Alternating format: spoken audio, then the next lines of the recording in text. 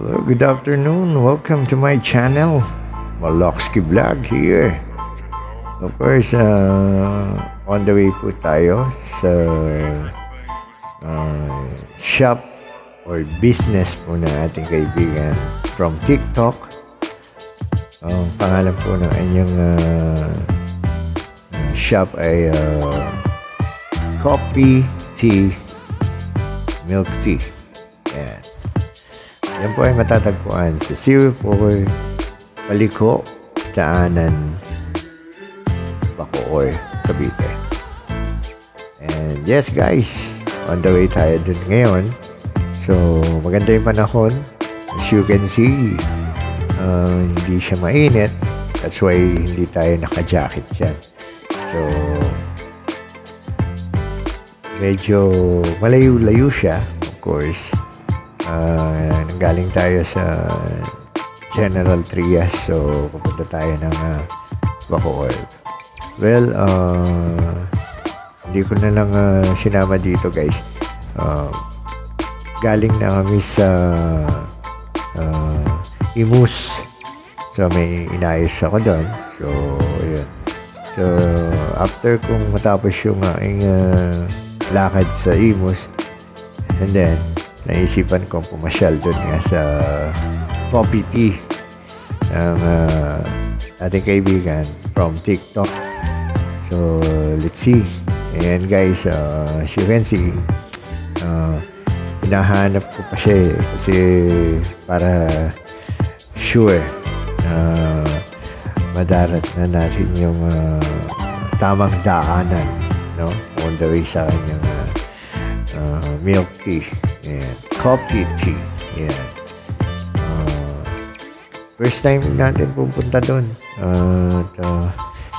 Try natin kung makikita natin siya. Well, sa tingin ko makita naman dahil meron tayong Google Map. Although hindi siya makaano sa Google Map yung pangalan ng kanyang business name. Wala sa ano.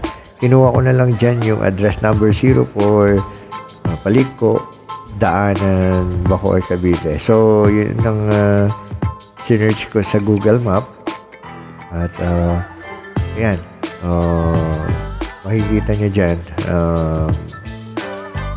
Meron tayong mapapansin nyo sa right side. Yan. At, maano nyo yung pangalan ng ano. Actually, ang ginawa ko rito is hindi ko naman yung record dahil hindi maganda yung record ng sa campo.